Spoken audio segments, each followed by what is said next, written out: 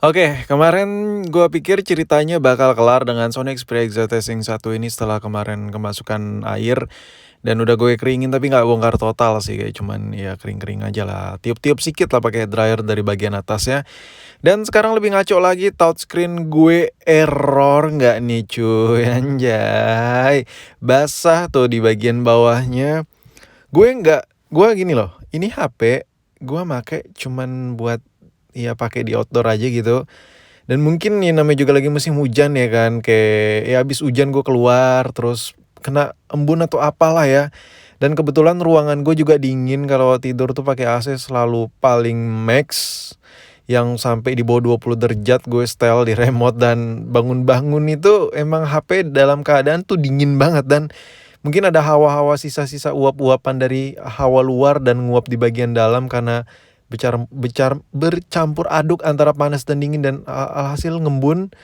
Dan ini gue bongkar total, nggak total juga sih, maksudnya LCD gue lepas, baterai gue lepas, lebih ke situ aja. Gue nggak pengen ngelepas mesinnya, masih mager gimana gitu, karena menurut gue mesinnya masih bagus dan nggak nyampe ke mesin, baru sebatas di bagian atasnya ini aja. Jadi dia airnya itu kayaknya masuk ke sela-sela bagian LCD yang menurut gue waktu gue congkel untuk pertama kalinya, waktu gue lepas LCD untuk pertama kalinya, ini HP LCD-nya udah nggak merekat layaknya kayak HP yang benar-benar anti air. Jadi gue patut curiga bahwa airnya ini masuk dari sela-sela pinggiran LCD-nya.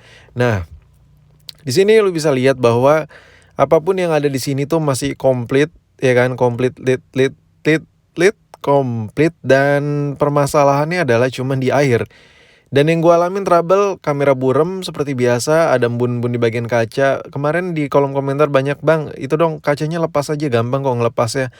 Gue bukannya nggak mau ngelepas kaca, karena kalau kaca dilepas, lepas dilem itu kayak agak rebek. Yang jelas kalau udah bagian kaca pelindung modul kameranya itu berembun, ada masukan air, tandanya ada bocor, ada rembesan lah dari sesuatu hal yang masuk ke sela-sela.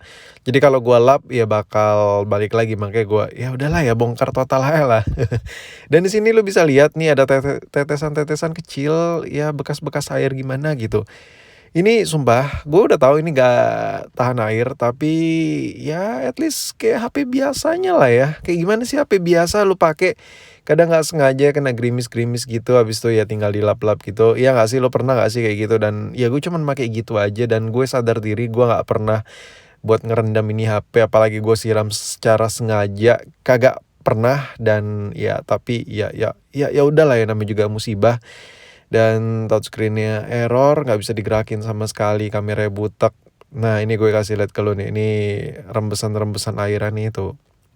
Ini mengganggu sekali men, ini touchscreennya mengganggu sekali, dan kebetulan basah sampai ke fleksibelnya. Wah parah sih ini, kalau didiamin mungkin bisa jadi korosi di bagian dalaman si HP-nya. Jadi ya udahlah ya, sekalian aja gue bongkar. Sebenarnya kemarin ceritanya gini sih, waktu modul kamera gue uapin, gue keringin pakai hair dryer, mungkin kalau lo nonton di video-video gue sebelumnya.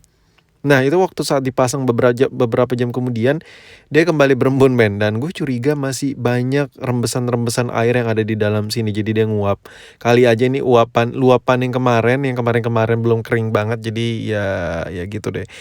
Kalau HP-nya dipakai panas dan tiba-tiba di kamar gue dingin dan dia ngembun di bagian dalam, jadi airnya nambah banyak nimbun ya kan. Jadi ya gitulah.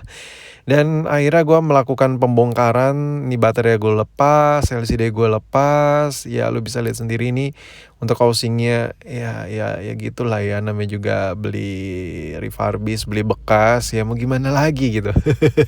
Yang namanya kalau HP udah bekas, banyak banget yang gak sesuai standaran pabriknya lagi, apalagi terhitung nih juga HP udah mulai berumur, dan tuh lu bisa lihat tuh ada tetesan-tetesan gimana gitu.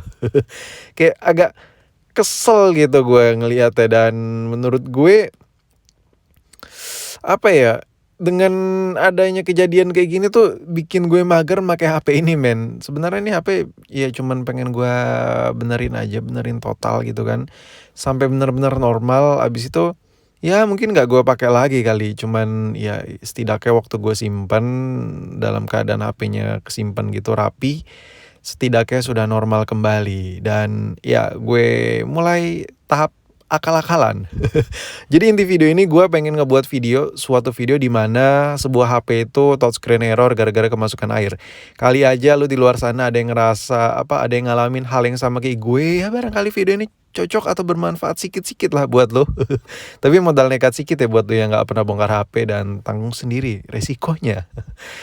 Oke lah, gue langsung mulai tahap pertama pengeringan menggunakan hair dryer biasa dan ya seperti biasa sebelum dikeringin modul kamera ditutup pakai plastikan, ya terserah sih kalau lu mau ngelakuin hal sama tutup pakai apa.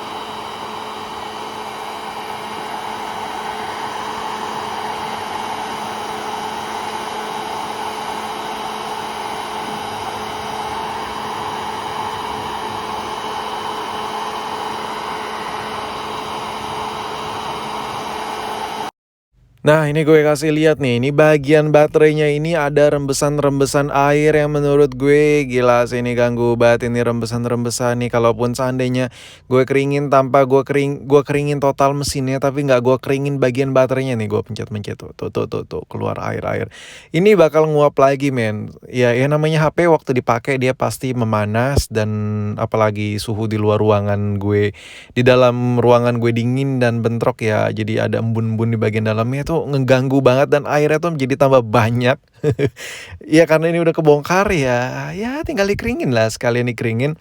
Jadi tips yang pertama yang gue kasih tahu ke lu adalah kalau HP lu kemasukan air dan touchscreen error, ya serah sih, kalau lu nggak mau bawa ke tukang servis lu coba akalin sendiri, tapi minimal lu udah punya tools lah. Jangan diakalin, yang ngebongkarnya tuh jangan dicongkel paksa dan lain-lain, itu bakal bikin lu tambah rugi sih. Dan ini kondisi udah gue panasin dan ini gue lagi pengen tes, dan itu tips yang pertama. Tips yang kedua adalah lu cari tahu dulu posisi digitizer, posisi fleksibel, posisi bagian kabel LCD-nya. Nah, setelah lu tahu posisinya di mana, lu searching mungkin di YouTube atau di forum-forum. Ya, setelah itu tinggal lu kering-keringin aja coba lu lepas baterai dan pasang lagi. Kalau dirasa normal ya udah sampai situ aja. Tapi kalau bisa sih semuanya lu keringin total. Dan iya, tahap pengeringan gue yang pertama ini gagal. Kita coba bongkar lagi dan keringin lagi. Karena tahap pertama pengeringannya gagal, gue coba ngelakuin tahap kedua lagi nih dengan melakukan hal yang sama, tapi di sini gue menitik beratkan ke bagian LCD-nya. Ini kalau kita lihat di bagian mesinnya, ini total semuanya yang lu lihat itu udah bersih banget. Nah, di sela-sela LCD-nya, sela-sela digitizer ya maksud gue, ini masih ada beberapa bagian yang mungkin belum terjama sama gue, dan gue bakal coba lap-lap tipis-tipis, halus-halus pakai tisu, habis itu dikeringin lagi pakai hair dryer. Untuk tahapnya gue ngelakuin hal yang sama, cukup di hair dryerin aja. Ya kalau lu punya headgun juga bisa pakai headgun, diangin-anginin gitu dan didiamin setengah jaman lebih, habis itu coba dipasang lagi. Tapi untuk tahap pengeringan yang kedua gue coba skip, kita langsung skip aja kali ya. Nah, ini udah gue skip tahap pemanasannya, pengeringannya, khusus di bagian LCD-nya aja. Untuk mesinnya nggak gue keringin lagi, nggak gue hawa-hawain lagi. Dan menurut lu berhasil atau enggak? Sebenarnya kalau lu nggak mau repot ya lu tinggal ke tukang servis ya kan. Tapi mungkin ada di mana dalam kondisi darurat ya enggak sih. Tapi susah juga sih kondisi darurat, lu nggak punya obeng ya kan. Ya udahlah ya. Pokoknya di mana pada saat itu lu cuma bisa ngebongkar juga, misalnya malam-malam atau apalah. Kebetulan lu punya obengnya ya barangkali cocok gitu kan. Sebenarnya kalau LCD error, touchscreen error itu apalagi kalau kena air itu masih bisa banget diselamatin selama belum berhari-hari ya.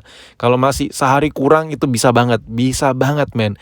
Karena untuk korsleting sendiri yang terjadi di digitizer itu nggak bisa secepat itu ngebuat bagian jalur-jalur arus-arus yang ada di PCB-nya itu cepet korslet. Ya nih lo bisa lihat sendiri udah normal, anjay. Udah kelar nih masalah aturan di bokang servis kan, bongkar dewek lah, ya mandiri sikit lah gitu kan. Ya udahlah, mungkin sampai di sini video gue tes dulu lah. Nah, ini gue skip tadi. Ini lo bisa lihat sendiri. Nih slide slot lancar. Oh ya, permasalahan kan ada dua tuh, kamera sama touchscreen. Nih gue kasih lihat sendiri. Kamera udah gak berembun cuy, dan gue kasih lihat deh fokusnya kayak gimana. Apakah ada noda-noda atau tidak? Kita coba lihat dulu. Tarat. Oh ini bening pisan nih HP. Wih, mantap. Dan ya mungkin beneran sampai di sini bukan mungkin, sampai di sini video gue rasa udah kepanjangan juga gue ngebacot soal Sony yang terkena air gimana-gimana menurut lo, apakah worth it atau tidak dibongkar-bongkar seperti ini? Jadi kalau lu belum pernah ya menurut gue coba-cobanya harus pelan-pelan, lembut-lembut gimana gitu. Tapi kalau lu udah sering bongkar ya udahlah cus lah, tapi kalau nggak bisa juga udahlah. Jalan terakhir tuh kalau udah dibongkar nggak bisa, ya apalagi ya kalau nggak bisa diakalin pakai tangan lu udah padahal udah lu bongkar lu keringin, ya tinggal bakar lah, buat apa lagi.